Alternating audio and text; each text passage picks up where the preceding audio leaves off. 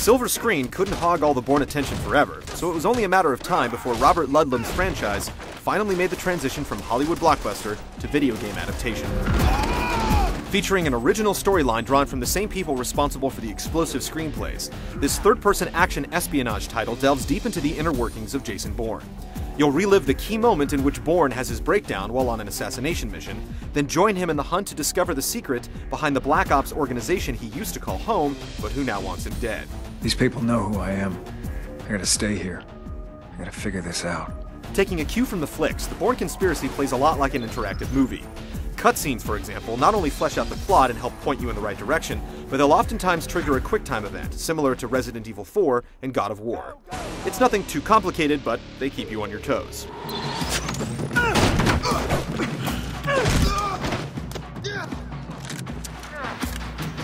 If you've never heard of Jason Bourne, know this: he's one lethal machine. At the expense of $30 million, the government truly molded themselves the perfect weapon, one that is fluid in hand-to-hand combat and an expert in all forms of firearms.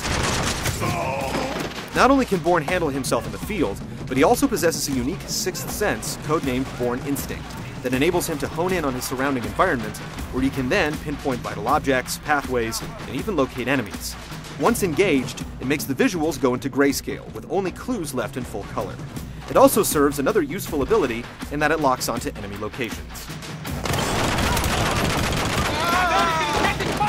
When you aren't maneuvering through each episode and uncovering the plot, prepare to engage a plethora of hostile enemies. The combat is a straightforward affair, relying on two types of attacks: fast and heavy. Once locked into a melee, the camera changes its angle for dramatic effect. You can dodge attacks by simply pressing down on the defense button and pummel your enemy with a barrage of attacks to create a combo. After you've laid down a Bourne-like smackdown, you can then hit the takedown button for an instant kill. Takedowns are straight out of Hollywood. To add insult to injury, you can use your surrounding environment, like fire extinguishers, vending machines, the hood of a car, or even a book, to land your final blow.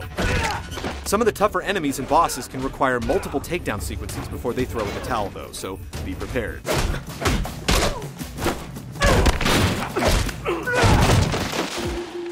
The Bourne Conspiracy isn't your typical run-and-gun type game. You'll have to find cover if you want to stay alive. This game features a cover system allowing the agent to duck behind just about anything, including metal crates, cars, or if you're daring enough, wooden boxes. Your enemies will also use cover, making destructible cover props useful to shoot at to flush them out. Or if they're dumb enough to hide behind explosive props like cars, simply blow them to bits. There are several different types of guns, including a silenced pistol, an automatic Uzi, a two-handed shotgun, an AK-47, and more.